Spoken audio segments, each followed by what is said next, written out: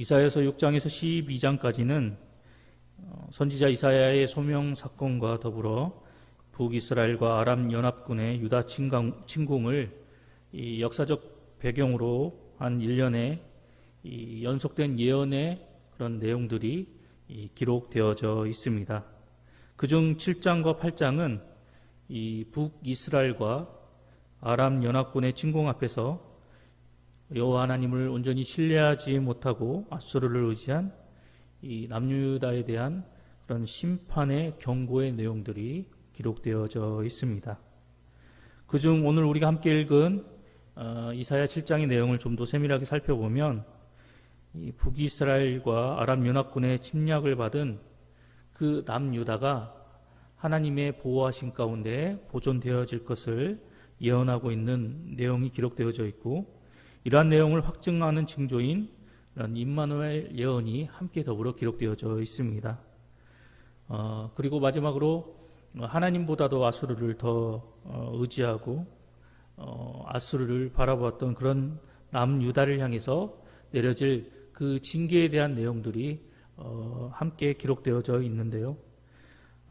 이런 내용을 이야기하는 오늘 본문의 말씀이 우리에게 주고 있는 영적인 교훈은 과연 어떤 것일까요? 먼저 오늘 본문의 말씀은 이 말씀을 함께 살펴보는 우리 모두에게 하나님을 향한 참된 신앙은 고난과 시련 속에서 더욱 분명하게 나타나게 된다라는 것을 우리에게 교훈하고 있습니다. 오늘 본문 2절의 말씀입니다. 어떤 사람이 다윗의 집에 알려 이르되 아람이 에브라임과 동맹하였다 하였으므로 왕의 마음과 그의 백성의 마음이 숲이 바람에 흔들림같이 흔들렸더라 라고 기록하고 있습니다. 2절에서 말하고 있는 이 다윗의 집이라는 이 단어는 다윗 왕조를 계승하고 있는 아하스 왕을 의미하는 말인데요. 2절 하반절에 기록하고 있는 것처럼 왕의 마음과 그의 백성의 마음이 숲이 바람에 흔들림 같이 흔들렸더라라고 기록하고 있는데요. 이는 앞서 말씀드렸던 것처럼 북이스라엘과 아람의 동맹 소식을 통해서 왕을 비롯한 모든 남유다 백성들이 이것을 통해서 심히 두려워하고 요동하였음을 의미하는 그런 구절입니다. 이때 당시까지만 해도 이 북이스라엘은 남유다보다 한 수 아래의 전력을 가지고 있었던 그런 국가였습니다. 그런데 이런 북이스라엘이 이제 남유다보다 강한 이런 아람과 이 손을 잡게 되었다라는 소식을 듣게 된 것이죠. 그런데 이때 당시까지만 해도 이 북이스라엘과 그리고 아람의 관계는 서로 원수지간 적대적인 관계였기 때문에 이 남유다 입장에서는 이 군사적으로 크게 염려치 않고 있었던 그런 상황이었습니다. 그런데 이런 적대적인 관계였던 이 북이스라엘과 아람이 서로 동맹을 맺고 뜻을 같이 하게 되었다라는 그런 소식을 듣게 되었던 것입니다. 그들이 이 뜻을 같이 하게 된 이유는 바로 이 영토 확장을 위해서 남하 정책을 펼치고 있었던 아수르를 저지하기 위한 그런 뜻으로 이 두 나라가 하나가 되었던 것입니다. 그래서 이 아수르 저지를 위해서 남유다에게도 자신들과 함께 뜻을 같이 하자라고 이야기를 하였지만, 당시 친아수르 정책을 펼치고 있었던 남유다는 이들과 뜻을 같이 하지 않았고, 그러므로 인해서 자신들과 뜻을 같이 하지 않았던 이 남유다를 치기로 이 두 나라가 결의하였던 것입니다. 이러한 상황 속에서 남유다는 이 두 나라의 연합군을 막아낼 수 있는 그런 힘이 없었습니다. 그렇기 때문에 자신들의 국가에 이 심각한 위기가 초래하게 되었다라는 소식을 들었던 이런 이 아하스 왕과 이 남유다 백성들은 이를 통해서 크게 두려움을 느끼고 심히 동요할 수밖에 없었던 것입니다. 인간적인 관점과 시선으로 볼 때 이 아하스 왕과 백성들이 보였던 그 일련의 모습들은 우리가 충분히 이해할 수 있는 그러한 모습들이었습니다. 그러나 신앙적인 측면으로 볼 때 이 아하스 왕과 남유다 백성들의 모습은 이 하나님을 향한 불신앙을 그대로 드러내는 그런 치부와도 같은 모습이었던 것입니다. 아하스 왕과 백성들은 하나님의 백성답게 이런 위기의 상황 속에서도 더욱더 하나님을 신뢰하며 나아가는 그런 모습을 가지고 있었어야만 했습니다. 만약 그들이 이 어려운 시기 속에서, 상황 속에서 하나님이 우리를 구원해 주실 것이다라는 그런 믿음의 마음과 자세가 있었다라고 한다면 그들은 북이스라엘과 아람 연합군의 침공 소식 앞에서도 크게 두려워하지 않았을 것입니다. 그들이 오늘 이 본문을 통해서 우리에게 보여주고 있는 이 두려움의 모습은 결국 하나님을 향한 그들의 불신앙을 그대로 반증하고 있는 모습이다라는 것을 우리가 발견하게 됩니다. 그런데 이러한 불신앙의 마음, 이러한 불신앙의 모습은 고난과 시련이 닥치기 전에는 표면 위로 온전히 나타나지 않는다라는 것입니다. 그런데 이 연합군의 침공이라는 이 시련이 그들 가운데 닥치게 됨으로 말미암아 그들 가운데 자리 잡고 있었던 하나님을 향한 불신앙의 이 모습이 그대로 표면 바깥으로 드러나게 되었던 것입니다. 왕을 비롯하여 이 하나님의 백성이라고 하는 남유다 백성들의 마음 가운데 얼마나 큰 그 불신과 이 거짓의 이 신앙의 모습이 자리 잡고 있었는지 이 위기의 사건을 통해서 명백하게 그러한 불신앙의 모습이 나타나고 드러나게 되었다라는 것입니다.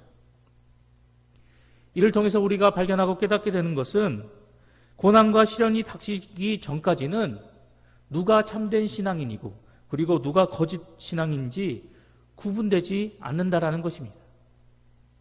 그러나 우리의 믿음의 길 앞에 고난과 시련이 닥쳐오게 될 때 키질의 알곡과 쭉정이가 분리되는 것처럼 참 신앙인과 거짓 신앙인이 구분되어진다라는 사실입니다. 때문에 혹여 우리의 신앙의 길 위에 우리의 인생의 길 앞에 고난과 시련의 바람이 불게 된다라고 한다면 그 시련과 고난의 바람 앞에서 나 자신의 믿음과 신앙을 되돌아볼 줄 아는 지혜를 지닌 성도가 되어야 합니다. 그 시련 앞에서, 고난 앞에서 그저 두려워하고 그 두려운 마음에 하나님 앞에 불평과 원망을 토로하는 그런 어린아이와 같은 신앙의 모습을 지닌 성도가 되는 것이 아니라 그 시련과 고난 앞에서 하나님께서 능력의 손으로 나를 온전히 붙잡아 주시고 나를 온전히 구원해 주실 것이라는 이 믿음을 통해서 온전히 하나님만을 믿고 의지하며 나아감을 통해서 실추된 우리의 신앙과 믿음을 회복하며 나아갈 수 있도록 더욱더 하나님 앞에 간구하고 기도할 줄 아는 성도가 되어야 합니다. 이러한 고난과 시련 앞에서 우리가 신령한 반석 되신 그 예수 그리스도 위에 우리의 신앙의 주추를 바르게 세워 나아가게 될 때 우리의 인생 앞에서 우리의 신앙의 길 앞에서 어떠한 시련과 고난의 바람이 불어닥친다 하더라도 우리는 하나님을 향한 우리의 신앙과 믿음을 더욱더 견고히 바로 세워나가게 될 것입니다. 하나님을 향한 온전한 신앙과 믿음의 모습으로 그리고 어떤 상황 가운데서도 결코 흔들리거나 요동치 않고 하나님만을 바라보고 의지하는 그 신앙과 믿음을 통해서 우리는 더욱더 하나님께서 인정하시고 하나님께서 기뻐하시는 참된 신앙과 믿음을 지닌 그런 하늘 백성이 되어야 할 것입니다. 평안한 상황 가운데서도 그리고 시련과 고난의 상황 가운데서도 결코 변함없는 신앙의 모습으로 변질되지 않는 신앙의 모습으로 오직 하나님 앞에서 하나된 신앙의 모습으로 우리가 온전히 나아가게 될 때 하나님은 그러한 우리의 모습을 통해서 기뻐하시고 즐거워하실 것입니다. 오늘 하루도 이러한 신앙과 믿음의 모습으로 하나님 앞에 나아가는 우리의 봉상의 모든 성도님들이 되시기를 소망합니다. 두 번째로 오늘 본문의 말씀이 우리에게 주고 있는 영적인 교훈은 하나님이 아닌 다른 것에 나 자신의 안위를 구하며 나아갈 때 그것이 오히려 나 자신을 위태롭게 만든다라는 것입니다.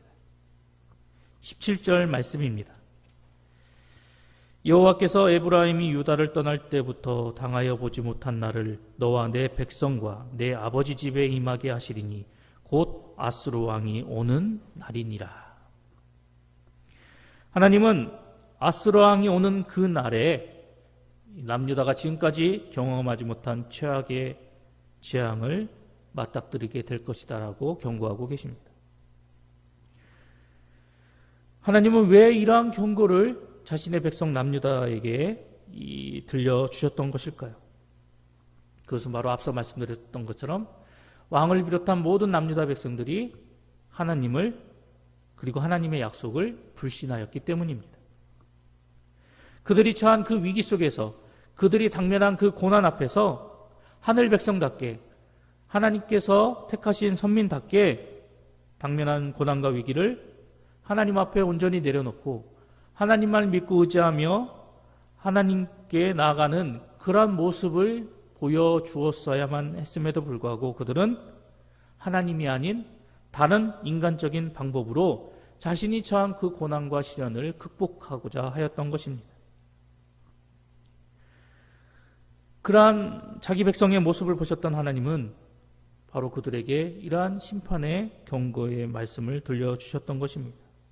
그리고 특별히 그들이 의지하였던, 그들이 그 고난과 시련의 방법을 해결하고자 택하였던 그 아수르를 통해서 하나님은 그들을 징계하실 것을 말씀하고 계십니다.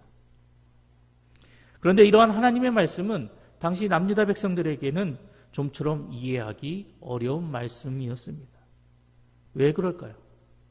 그것은 바로 당시 이 아수르라는 나라는 남유다에게 있어서 이 적대국이 아니었기 때문이었습니다. 뿐만 아니라 앞서 말씀드렸던 것처럼 남유다는 친아수르 정책을 펼치고 있었던 상황이었습니다. 이것 때문에 북이스라엘과 이 아람 이 동맹군의 이 침략까지 받게 되는 위기를 겪게 되었습니다. 이들이 이 위기 속에서 행하였던 모습은 이 아수르 왕 디글랏 빌레셋에게 돈을 주고 그들에게 원군을 요청하여서 이 위기를 모면하고자 하였던 그런 모습을 우리가 발견하게 됩니다. 따라서 이 아수르를 통해서 남유다가 재앙을 당한다라는 이런 말씀은 그들에게 있어서 상식적으로 이해하고 납득하기 어려운 그런 말씀이었습니다. 때문에 아하스 왕이 이 이사야 선지자를 통한 이러한 하나님의 말씀을 귀뚱으로 듣지 않았던 그런 이유가 되는 것뿐만이 아니라 현실적으로도 이 모든 것을 따지고 볼 때 아수르는 전혀 남유다에게 해가 되지 않은 그런 상황이었기 때문에 이 아하스 왕과 그리고 남유다 백성들은 이러한 하나님의 경고의 메시지가 실질적으로 그들에게 현실적으로 와닿지 않는 그런 말씀으로 느껴지게 되었던 것입니다. 그러나 하나님은 오늘 이 본문의 말씀을 통해서 그들에게 경고하셨던 것처럼 실제로 이 아수르를 통해서 이 남유다를 심판하는 그 말씀을 성취하셨습니다. 이 히스기야 왕 시대 때 이 아수르 왕 사나립을 통해서 하나님은 자신의 말씀을 실현하며 나가셨던 모습을 우리에게 보여주고 계십니다. 그런데 하나님은 왜 많은 그 심판의 도구가 있었겠지만 특별히 왜 남유다가 의지한 이 아수르를 통해서 하나님은 그들을 심판하시겠다 말씀하셨던 것일까요?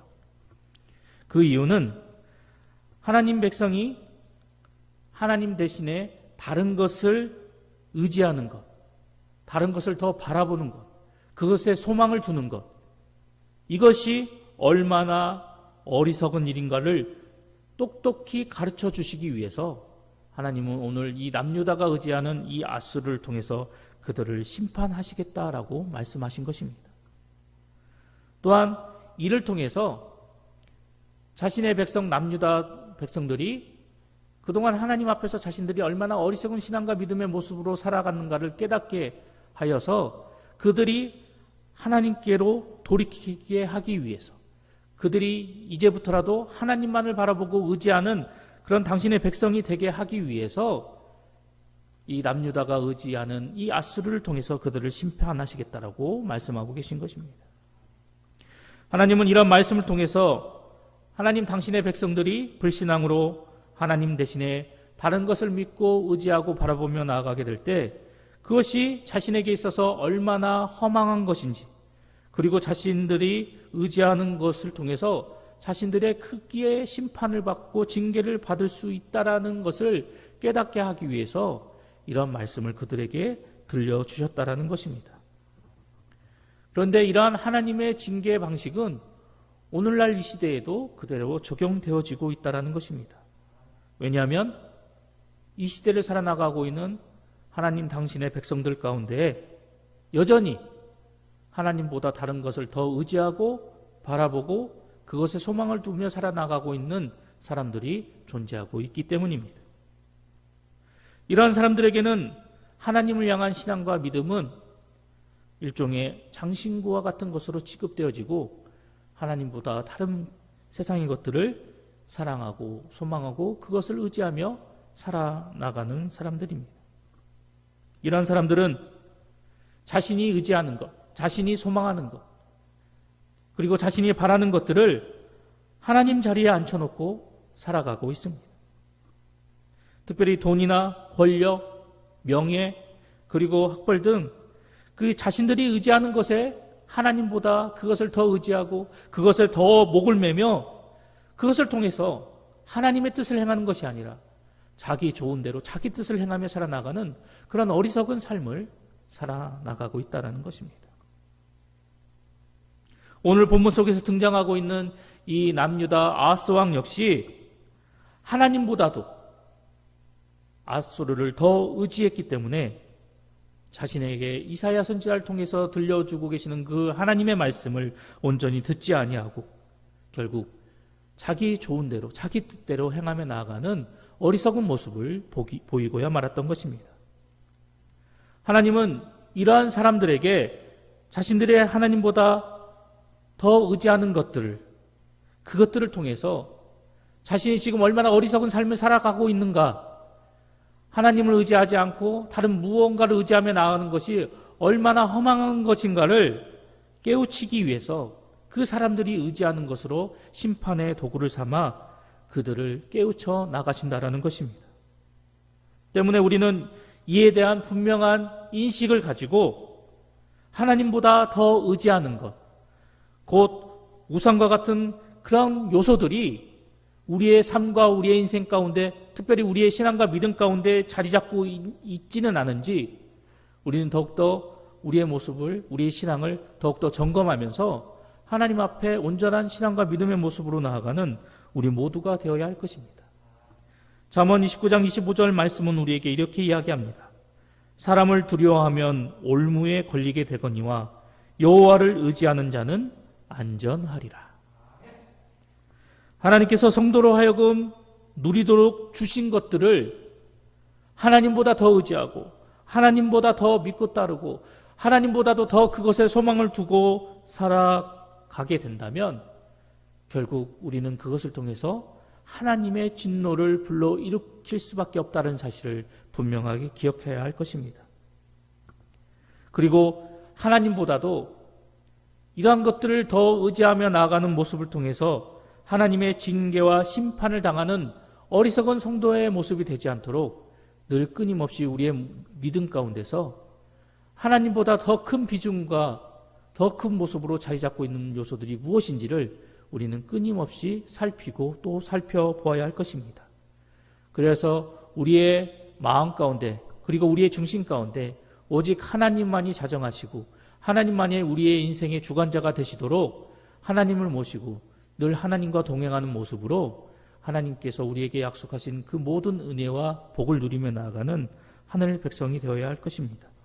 오늘 하루도 하나님만을 온전히 믿고 의지하면서 그 믿음을 통해서 주어진 하루 가운데 온전히 승리하며 나아가는 우리 봉상의 모든 성도님들이 되시기를 간절히 소망합니다.